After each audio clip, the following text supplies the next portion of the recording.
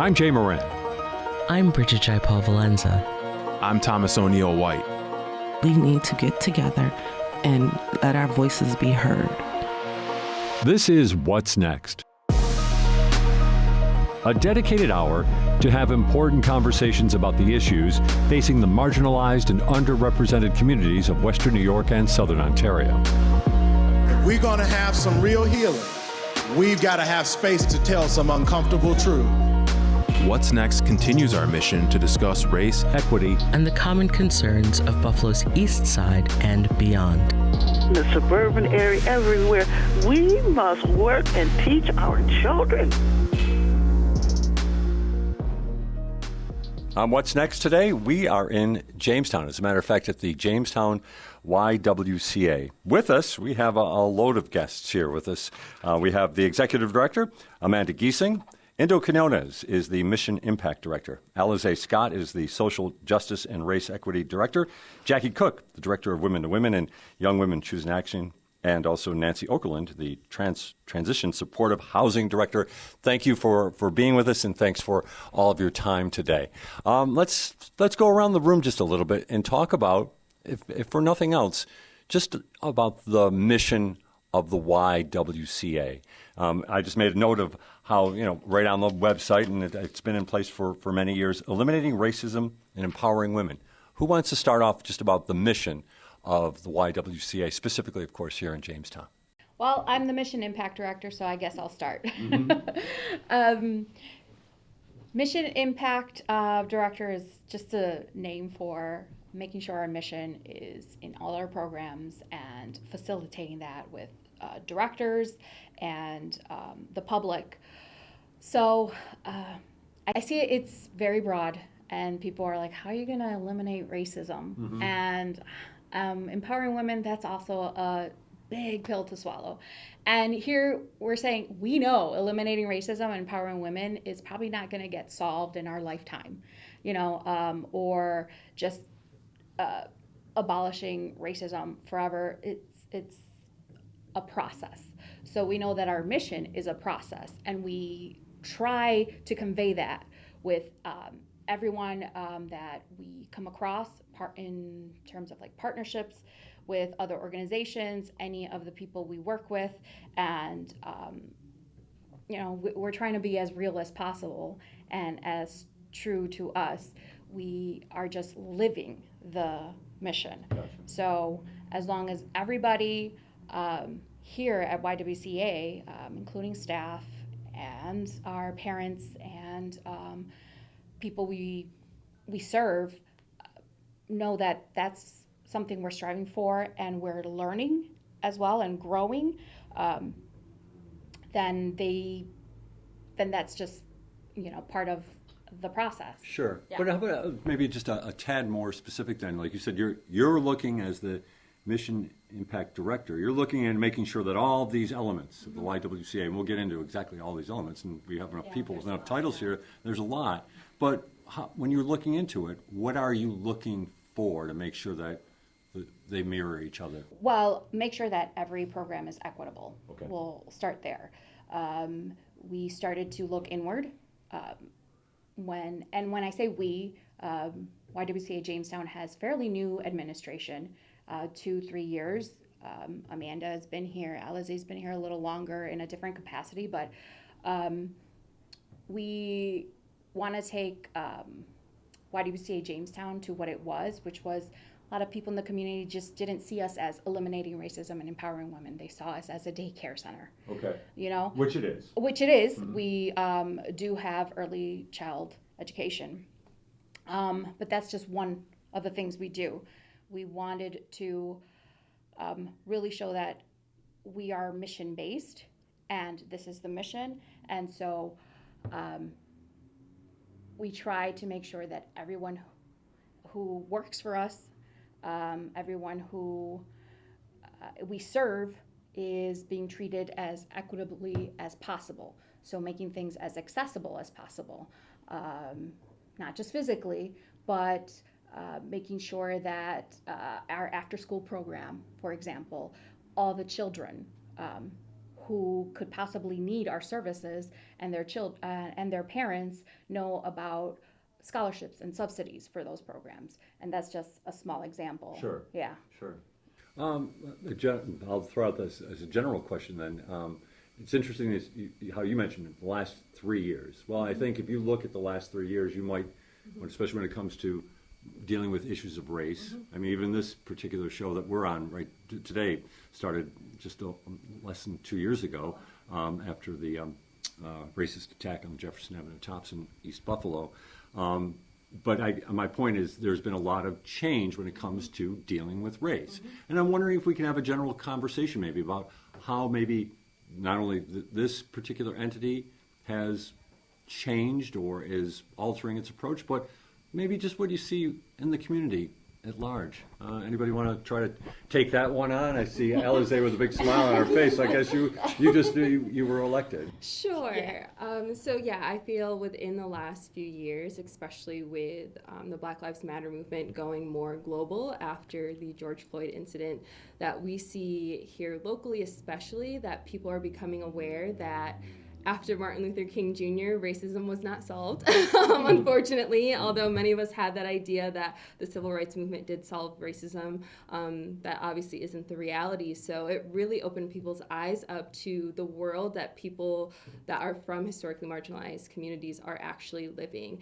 And so I'm very happy that our community has finally realized that, and that so many other organizations are taking the necessary steps to embed equity within their missions or within the programming that they offer, or even just how they reach out to the communities that they've already been serving and making sure that they're educating themselves along the way. Because again, as Indo said, this is a process and things are always changing. There's new things always coming about.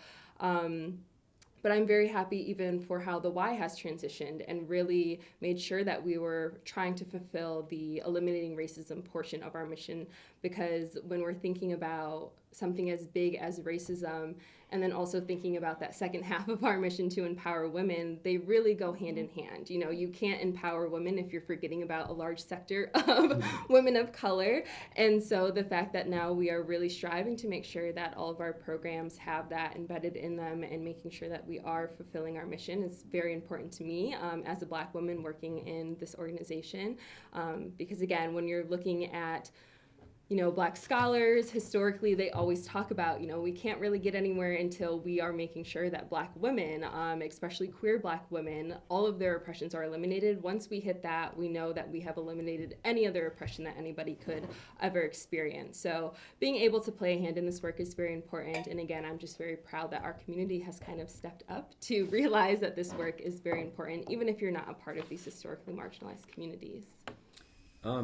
I'll just follow up and kind of build the conversation off of what Alizé just said there. But just when it comes to what you've seen of the YWCA, I find it interesting to see is when you start contemplating the many layers of racism, there's so much embedded, right? There's so much embedded in our language and in our habits and our customs. And I'm just wondering maybe, for anybody else here, if you've seen that and you've learned certain things along the line here that are like, I think differently about this issue now than, say, I did 2 years ago, or we do things differently here at the YWCA now differently than we did 3 years ago. I would say even just doing Young Women Choosing Action. That is a trauma-informed, culturally responsive program that is meant for 13 to 19-year-olds. So introducing that trauma-informed, that cultural responsiveness is a huge step that we're taking.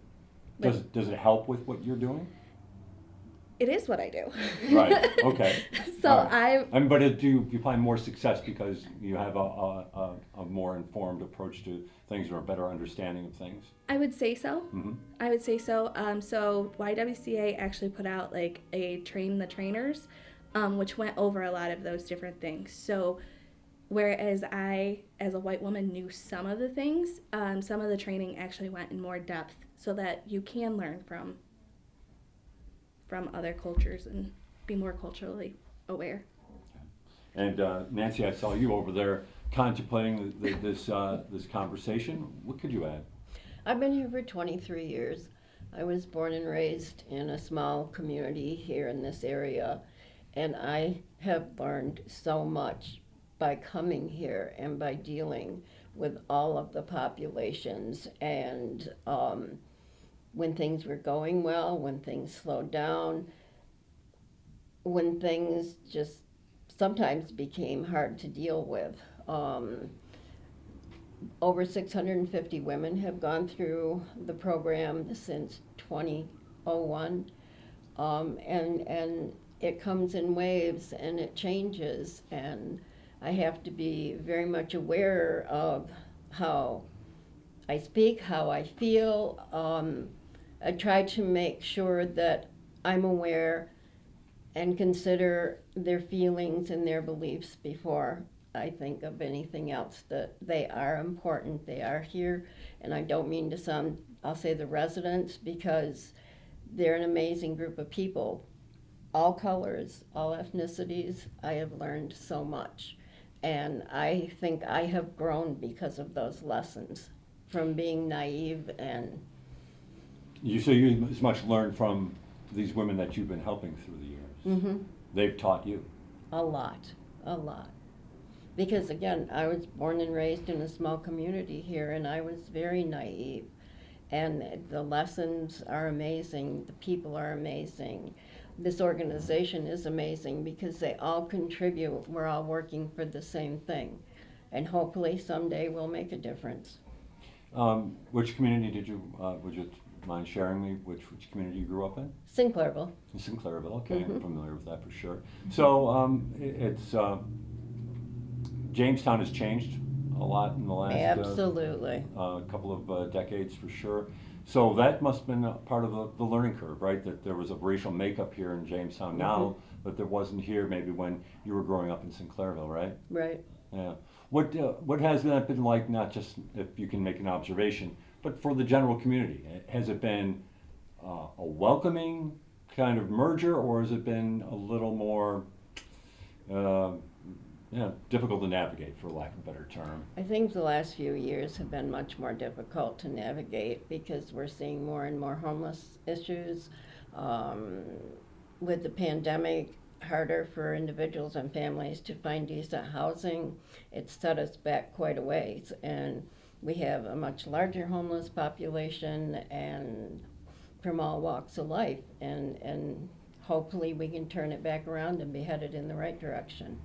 So homeless, so there's a housing crisis here in Jamestown? Yes. Yeah. And just like in most struggling communities, and I'm sure you talked about Rust Belt and any of these former steel towns. We are former steel town area. I come from a former steel town place and in Dunkirk, and it just kind of shows how everything, all oppression is related, and how one thing can affect anything else. What Nanci was talking about really reminded me of how, as Mission Impact and all the administration tries to make sure that the staff is educated on biases and their own biases, and because like Nanci, sometimes you grow up in a silo. Even if you are living in Jamestown, you are sometimes in a silo, and that's just the reality of how our community was, has been, and we're trying very hard to revamp that, make it so everyone looks at everyone else's experience and their barriers and challenges, and see how it actually relates to their own barriers and challenges, and how it's all systemic. And that's a very hard thing to teach when you don't do this work for 20 years, or you don't do this work for 10 years or so. Part of the challenge is that you have to see it and live it for so long to really understand it, and that's how the change happens.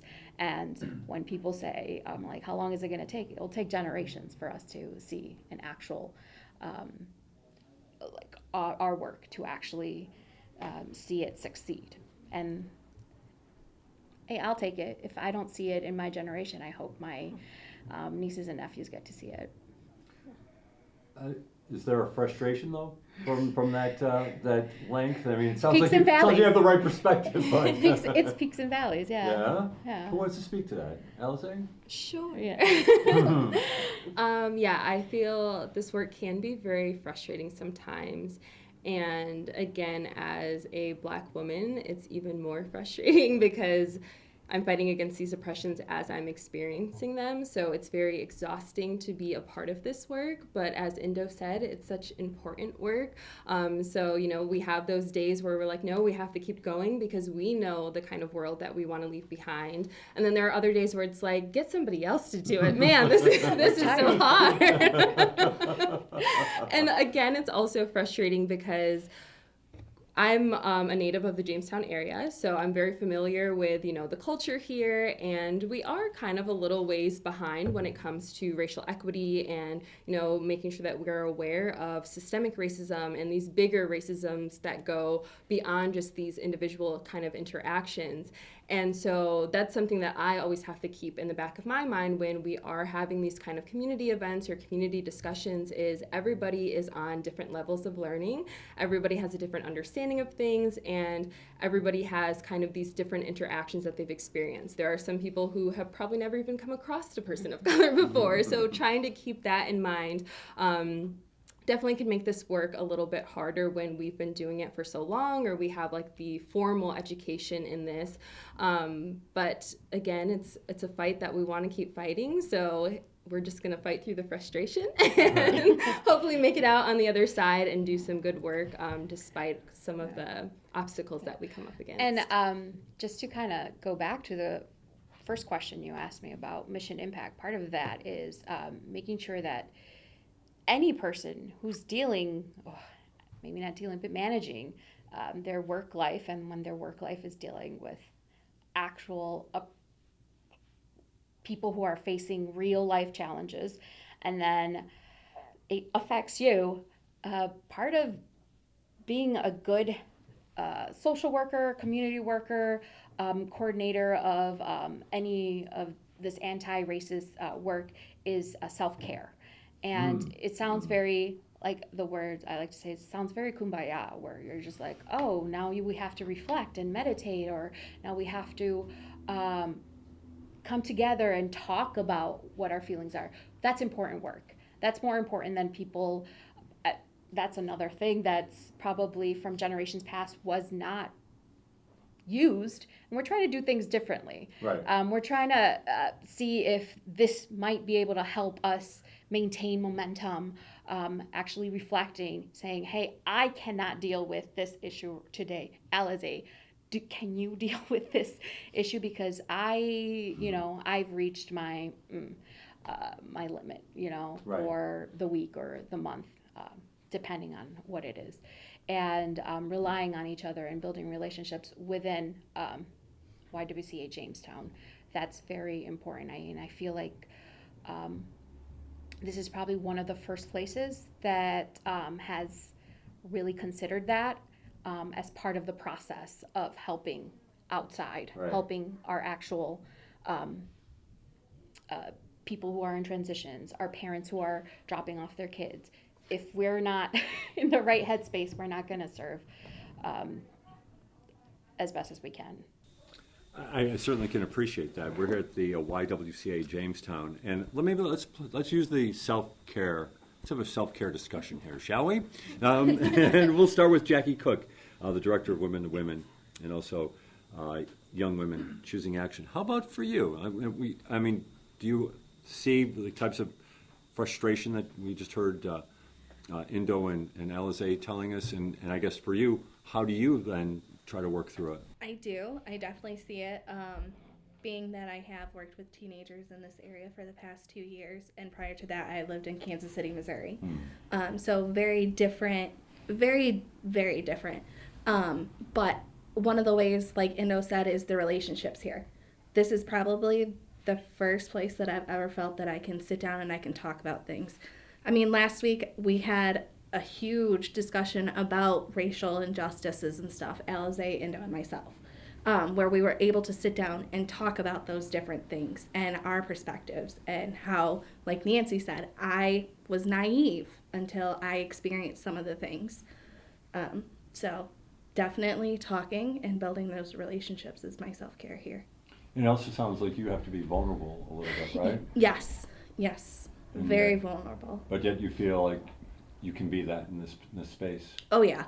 And the thing about vulnerability, too, with working with teenagers is you have to give them a little bit of yourself.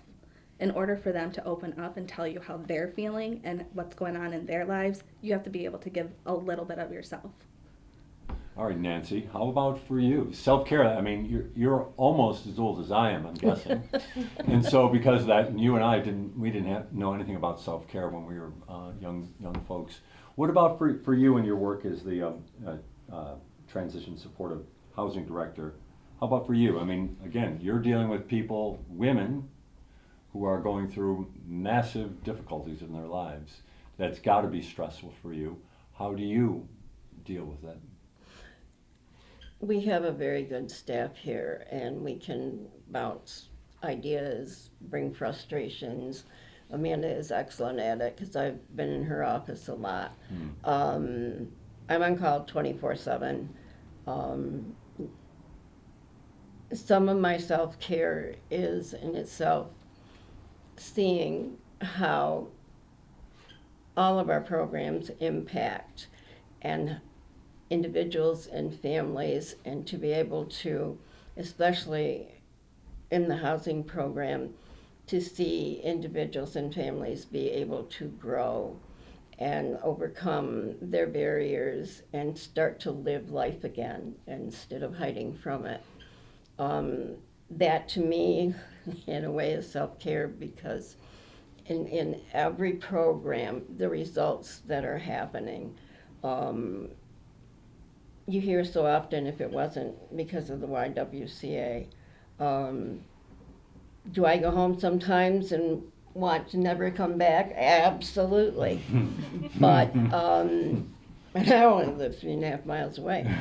But I can't imagine doing anything else. And the rewards far outweighs any of the sad things, because so many people with our services change, and they change for the better. And I just continuing to learn every day. You're able to keep that in perspective. Mm-hmm.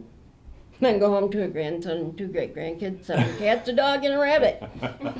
That's gotta help. How about you, Alizé? What about your talk to me, because you were kind of opened the door to this when you were talking about those community meetings, which I want to get back to a little bit. Some of the things you run into. But how about for you? How do you deal with I take my days. So if I need a day, I'll text Amanda or I'll email her and say, hey, I need a mental health day, or I am getting a massage today, I'm getting a facial today. I make sure that I take the time that I have earned here in this company to take a step back and to really just decompress and not center this work so much. Because again, we need that in order to fill other people's cups. We need to make sure that our cups are full. So taking care of ourselves is very important. So making sure that I take the time when I have the time to take it is what I do for self-care. How about for you, Indo? The same. I need my own time to kind of decompress, to stay in the car for a little longer in the morning or in the afternoon. Those little things, they do help. And just remind yourself that to set your own boundaries, and it's okay to set a boundary. You're not weaker. I use other people as sounding boards a lot. Are you willing to hear me vent about this thing that's driving me crazy? You know, I think that's a good tool to use with someone you really trust, and I do that. But yeah, you just know what your limit is, and part of it is doing this for so many years, you realize, okay, this is my limit, or these are my limits. It does take time for you to find out what your boundaries are, but once you do, it's if you have a good support system as well as great coworkers, then it's not that bad, actually. Very nice, very nice. We're here at the YWCA Jamestown, in Jamestown, New York, with What's Next. Our guests, Nanci Okerlund, Jacqui Cook, Alizé Scott, Indo Quiñones, and we haven't really talked much to with the Executive Director, Amanda Gesing. She's very quietly, patiently just standing by, ready to offer resources. Alizé, you mentioned about going out into the community, and sometimes these, you're here in a space where diversity and equity is important, and now you're out in the community, and like you said, maybe you're dealing with somebody who maybe never saw a person of color or never met anybody like that. What have been some of the, and maybe if you can share a tale or two about what you've run into where it's kind of caught you off guard, like, whoa, I didn't think I would see this in the year 2023, 2024. What about that? Can you share? I feel like everything catches me off guard. Just because I always think, really? Like, it's 2024 or it's 2023? Like, why is this still a thing? But I feel even when I'm invited into these spaces, I experience a lot of microaggressions. So people wanting me to give them like basically a whole spreadsheet of my credentials as of why I'm an expert in this area, even if they called me in as the expert. Wow. So it's very bizarre when that happens. And I'm always so shocked, even though, again, it's like a regular occurrence. But I feel, aside from that, another thing that we really see is there's this fear around talking about something like racism. People don't want to say the wrong thing, they don't want to get it wrong, or, people just aren't comfortable talking about it in general. So there's kind of this projection that happens when you are exposing them to things that maybe are a little bit sensitive to them and might have, touched a nerve a little bit because maybe they were the aggressor at some point and they've said that to somebody even though it was an inappropriate thing to say. So now you've struck a chord with them. And so some of the things I've experienced is that kind of backlash of, oh, well, I'm not racist, or, oh, well, no, you can't say that, or you need to figure out, the defensiveness. You need to figure out a different way to say that. And so I typically respond with, this is a great time for you to do some self-reflection, because why are you getting so angry? There's no need to be so angry when we're just trying to have a conversation. We try to make the spaces as inviting as possible. So I always open it up with, I don't care what, your political beliefs are. I don't care how you vote. I don't care about any of that. We are all human beings. We should be able to sit down and have these open discussions about these very pressing issues that are affecting all of us. Even if you feel as a white person racism doesn't affect you, it very much does affect you. And so it's important that we are able to have these open conversations. So we try to make the space very inviting. So whenever anything like that happens, I always just try to let them know, this is a time for self-reflection. Here are some resources. You can read some more. You can watch this video. Maybe you just need a better understanding so that way you can process this a little bit better. Feel free to email me if you have any more questions. But yeah, that's a lot of the frustration that I deal with when we do go out into the community. So my credentials being questioned and then just these kind of defensive reactions. I'd like to think if you get called back, they're not asking for your credentials anymore, right? No, okay. No, they're not. you kind of live that for sure. Yes. And kind of to just reiterate, the microaggressions was a little more, until I learned what they really were, I lived with them, and I just thought that was just part of life. I'm going to have to deal with this forever.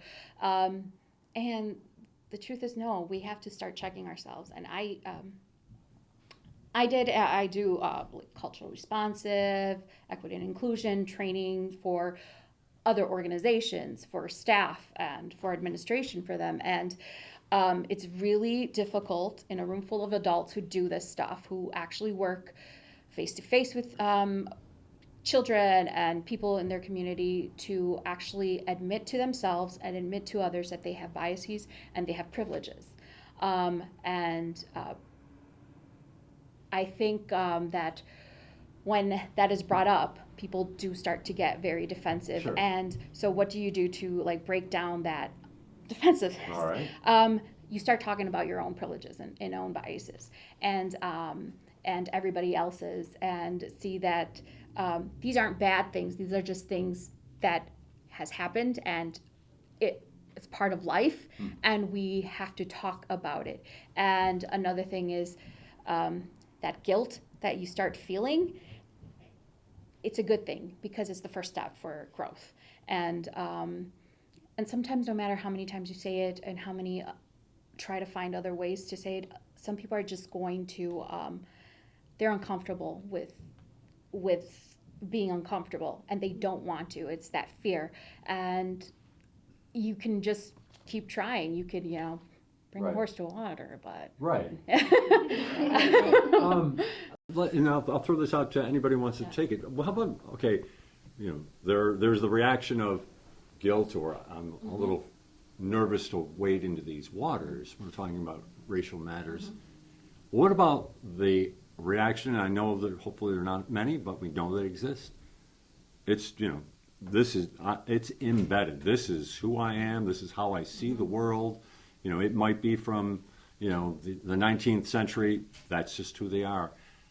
What about, have you had any kind of dealings? I know that's probably a pretty extreme example right there, but that type of reaction, and maybe again, how you might navigate that kind of, please, Amanda. I think this is an instance where we want to make sure we're being tough on systems and soft on people. We're all products of what we've been taught, what our experiences are. And so what we really want to impress upon people is that there is an opportunity for growth for everyone. We really do have to meet people where they are, but give them as much education and opportunity to at least advance a little bit in their understanding of equity for everyone. So yes, there are people out there who vehemently believe that there is no racism, or that they can't change. Another one might be pronoun usage, or transgendered individuals, and really pushing back to, well, I just don't believe in that. If an individual would call here and give me that, and as the executive director, I've had individuals call to complain about certain things, and if that was the case, it's always, well, this is our belief, this is what we expect people in our buildings and our staff to follow. If this isn't something that you're comfortable with, there are other organizations that may better suit your values, and you're welcome to go to those organizations. But we really do try to help all individuals at least understand, as human beings, we're constantly growing and evolving. And what we really need to do is just connect with each individual on an individual basis, and help them to maybe understand, while they may have never experienced racism, that doesn't mean that somebody else doesn't have a different perspective as them. And a lot of it has to do with the color of their skin, and how can we help that person understand that racism does exist. So, Amanda, I'm glad that we were able to get you into the conversation here. I guess we found a button there. I'll leave that out there. I mean, I thought Amanda gave a great answer, but I mean, does anybody want to share an experience or thought on that particular topic? I mean, I think it's important when you do this work, especially, for us people of color that are doing this work, that we give ourselves permission to not engage with individuals, because at a certain point, it is harmful for us, and we shouldn't have to undergo that mental strain, because we know that racism greatly impacts the mental and even the physical health of people of color. So making sure that, we engage to an extent of, I'm willing to help you learn, but if you're not at that point yet, I'm going to take a step back. And I think that we all should be able to give ourselves permission to do that, because again, our mental health is very important. So that's where I feel like I try to step in. We try to have a really great relationship, and that if Indo or Alizé feel that they're not being fully accepted in a space, that's when I want to come in. I only want to come in when they need, I don't want to say a bouncer, but when they need that extra privileged person to kind of act as a shield. I don't want to be the person that's there to speak for them or to look at as the leader in front of them. I'm really just here when they need that extra support, and that's the only time I like to step in. Yeah, and it's funny that I finally actually see the using your privilege and allyship for what it is. Alizé and I, women of color, no matter how many credentials and you could, your life, experiences, people just maybe because of that color barrier, or maybe township, there's also Chautauqua County and all of Southern Tier, depending on the town you're from, there's kind of mistrust. We like to rely on our colleagues, and Amanda has been a good support, and all these three women have been, they use their privilege for what it's meant to be used for, to help the ones who in the system are not getting what they need, and what we're all owed, which is, the basic human rights and respect. Let's switch around here, Dylan, just a little bit. Jacqui Cook, let's talk about your work as the director of Women to Women. What's Women to Women? Women to Women is the Jamestown, Chautauqua County's 18-plus free mentorship. So it's to find women in the community that are able to help other women in the community to either have career rejuvenation, or those who are starting out their careers to get onto their career path, or if they've got personal goals like housing or whatever, their mentors can also help with that. Are there are specific people identified, or is it people who are looking for help? What is it? You apply. So if you feel like you're in need, then you apply as a mentee. If you feel like you want to help someone else, you apply as a mentor. Oh, you're taking mentors? Both. Oh, mentors really? and mentees. Yep. So you're looking for mentors? Yep. And mentees. And mentees. You don't have enough? In one night, we went from 4 pairs to 8 pairs. So we're getting the word out there a little bit more, but we're always accepting. Yeah, it sounds like it could be a tremendously rewarding relationship. Yeah. What do you see? What do you see coming out of these relationships? So far, we're kind of revamping it, kind of fell off. And so now I've got younger women, usually younger, paired with an older woman who has got her bearings already set. So they're kind of able to more guide that person. So it's interesting to see. Okay. As much as I'm involved, I'm also take a step back because they are 18 years old and they don't need a babysitter. You sure they don't need a babysitter? I mean, my daughter's 22. No, I'm just kidding. Hey, tell her to sign up. I'll help her. break the reins from her father, right? Let's switch over to Nanci Okerlund in transition supportive housing. So are we talking about different types of women who find their way into your program, and is it cases of domestic violence, or is it homelessness, or is it all of the above and then more? Total range. Okay. Everyone's just 1 or 2 disasters away from homelessness. I've had women with master's degrees who had a good life and through various situations found themselves to be homeless. We have the entire top floor of this building. It is a community living facility. We're not staffed 24/7, so there is an assessment process we go through. And the staff office for us is right on the floor with them, which does make a difference. I have seen older women take the younger ones under their wing to help them make through it. I've seen racial biases between the women that make me want to cry. I've seen some leave because they're not going to be in that kind of situation. But I've also seen an awful lot of women be able to change their perceptions of the people that they're living with and that inhabit this community.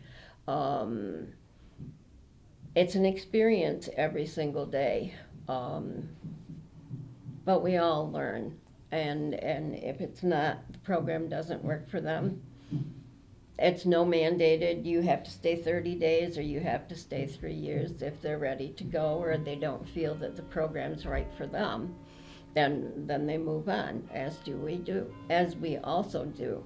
But I can honestly say there's a lot of women and youngsters learning how to be better. What kind of services or what's inside the program for these people who come through your program? We provide case management, support services, someone to talk to, independent living skills assessments and assistance. We refer to a lot of outside agencies for the things that we can't provide. They move at their own rate. There's no limit on the amount of time that they can stay. And so it's a very varied, but it's a very comprehensive program. We try to fill in the gaps that they're seeing right now, and get them hooked up with support services or agencies that can best help them reach the goal that they want to have, and how the Y can best help them reach those goals. You know, we've talked about, you know, how difficult and challenging and trying your collective work can be here. So we know that there are difficult stories and stories that aren't, we'd call success, but you probably have more than a few success stories that you can tell us. Can you share one that stands out to you that just shows you how getting to a getting to a safe space can help? I'm sure she won't mind. Yeah, Our please. office manager and accounts receivable, Becky. I started in 2001 and she was here in 1999. Youngster, pregnant, was staying in the team program, living here at the YWCA in our program. And the circle came full. She's back to working with us now, and she has made an amazing, amazing journey. She has 3 beautiful daughters. She's one of the best, if you want to say, advertisements for the program. But every once in a while, I'll have a former resident call or stop. A lot of individuals were the first ones to graduate in their family from high school. And I had one young lady, again, first one to graduate from her family, working part-time at CVS, going to JBC. I got invited to her graduation from JBC. I've been to, I think, 7 high school graduations at Chautauqua institution. And once you have a safe place to live, then you can focus on all the peripheral issues that come with it. We had a young lady years and years ago from Pennsylvania, horrific story of trauma and torture from her family. In fact, she did make a video for the YWCA. She got herself emancipated, and then when she was 18, she was able to stay here. She got her GED, she attended some college courses, and just having some place to sleep. One of the things that she said in her interview for us, for the first time in her life, she was able to sleep here without fearing for her life and her safety or what they'd think of to do with her next. So the housing first, and Indo's right. If you have a place that's safe and warm and your children are safe and you don't have to worry about getting them out and get them out from under the viaduct before you get caught, makes all the difference in the world as to where the individual or family goes next. And we hear it all the time. Indo, Alizé, Jacqui, Amanda, I feel safe. I have a place to live, and I don't have to be out in 25 days. And with us, there is no limit on the amount of time that you can stay, and you don't have to have the money up front. All you have to do is show the ability to pay, because we do charge a nominal rent. But we're not going to turn someone away because they don't have anything, because if they don't have anything, how can they get an apartment? And I think what a lot of people take for granted, I have photos of myself when I was a kid. I have some of my special toys when I was a kid. The women that we serve don't. Most of them have literally nothing from their childhood or to remember their child.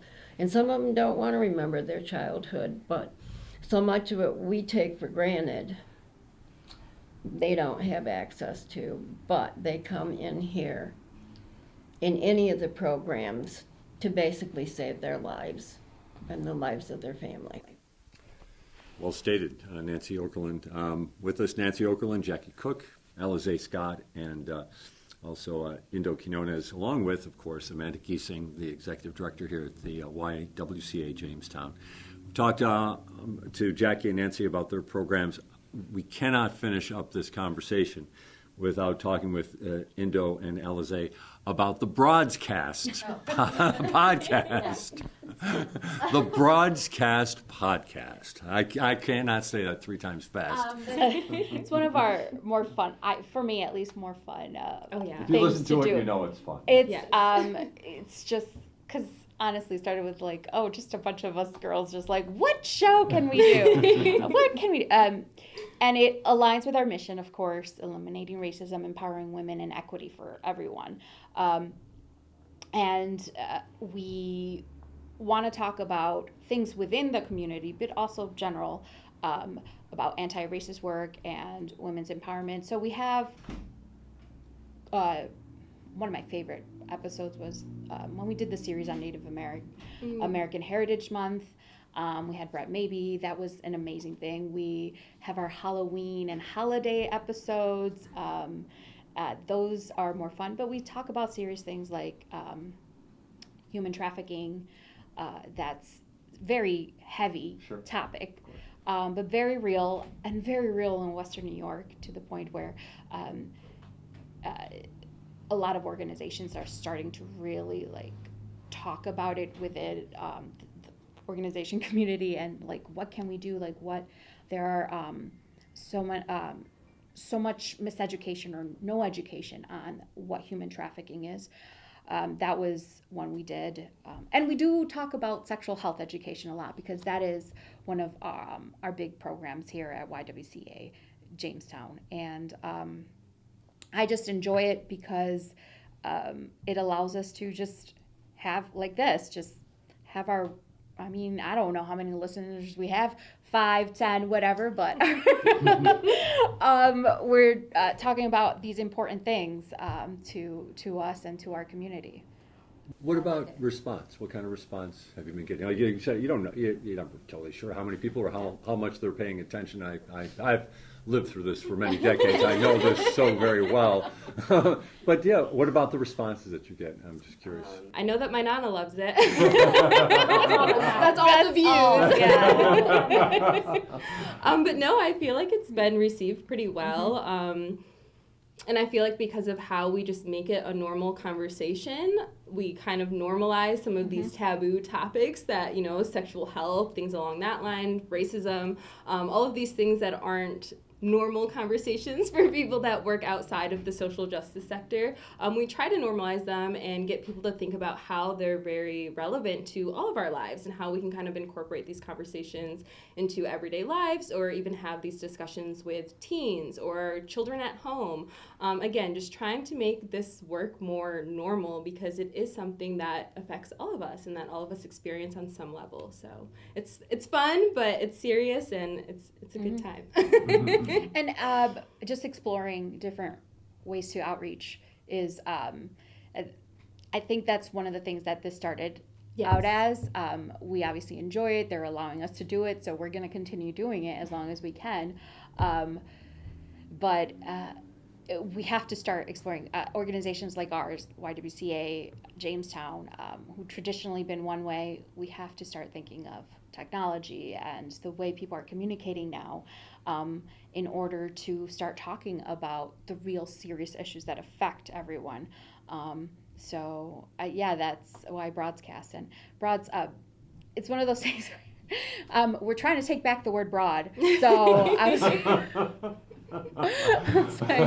so we're all broads, and in the non-ironic way, we're all broads, and we're just broadcast.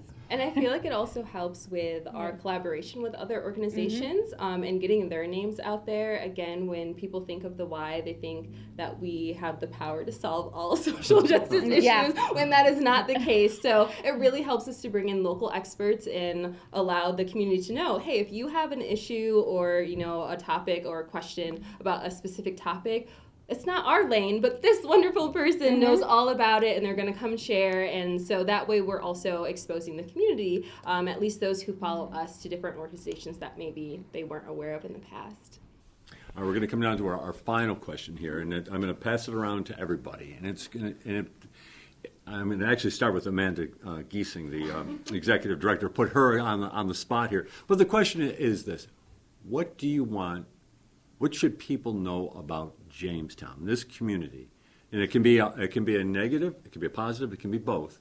But what do you, because now you're talking to, and obviously our radio station does get down to Jamestown. There's a repeater station down there. But there's our little plug for ourselves. But the point of it is, for a lot of people in Buffalo, Erie County, Niagara County, they don't get down to Jamestown much, if at all. What should they know? What would you want them to know about this community? As a non-native Chautauqua County and Jamestown resident, I would say that we lack community pride severely, but it's actually a very beautiful place to live with tons of potential and a lot of younger, very passionate, extraordinary people who live and work here, and a lot of them work here at the YWCA. I was just going to say. But the whole community is just full of a lot of excitement, and I think a renaissance is coming. Oh, I like the way that sounds. We're going to just go left to right here, so we'll go to you, Alizé. That means, Jacqui, there's going to be some pressure on you to finish this up. Go ahead, Alizé. How about for you? I feel like whenever people ask me where I'm from and to describe it, I always just say it's a weird little town. Because it is. We have a very weird or different culture here. But I will say this is home, and I love it here, and I definitely see the potential of where we could be a decade from now, even 5 years from now. So yeah, for those who are Jamestown residents, I know especially with my graduating class, it's like, we're getting out of here. Like as soon as you graduate, like it's time to leave. Here you are. Yes, and here we are. So I feel it's important for us to recognize just what our community has and what we can even expand upon here and how we can shape it into something that we love to call home. So Jamestown is worthy of appreciation. It is. It's somewhere, I'm not gonna lie, I've complained about it. I've only lived here for like 8 years. I'm originally from Dunkirk, lived in Buffalo and Dunkirk, and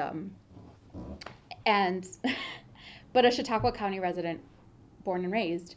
And the reason I like Jamestown is because it is kind of like a weird little town, but it has so much more than Lucille Ball and the Comedy Center, which are great. But I think, especially when you work with a community, there's this culture that is so, how Amanda said, is it lacks that pride, but I think it's because it's been hurt. So it's a place that's been hurt for so long, and it's ready for change. So those are my two things. Summed up, it's worthy of appreciation and ready for change. Jamestown is at times discouraging because we have such a homeless issue. We do not have an emergency shelter for women. We do not have an emergency shelter for families. It has huge gaps as far as those go, but I know that Jamestown is trying to remedy those gaps. And the young people, and I can say that because I'm older than all you guys, they have an enthusiasm and a wish to make the changes and work towards the best Jamestown can be and just keep pushing until we get there. I'm going to echo what Alizé said. I grew up here. I went to school in Faulkner, which is even smaller than Jamestown. And it was, as soon as we graduated, it's let's get out of here. And I did. And I went away for 7 years. But what do? I come back here. We are very fortunate. We have got the sense of community. We may not be like, oh, yay, go Jamestown all the time. But whenever something happens, we do have the community here. We all come together. It's always been like that. So yeah, that's kind of how I feel, is it's the community and it's home, and it'll always be a part of me. All right, well, Jacqui Cook is the Director of Women to Women and the Young Women Choosing Action Program. Nanci Okerlund is Transition Supportive Housing Director. Alizé Scott, Social Justice and Race Equity Director. Indo Quiñones, Mission Impact Director. And Amanda Gesing is the Executive Director of the YWCA Jamestown. Thank you very much for being with us on What's Next. Thank you so much.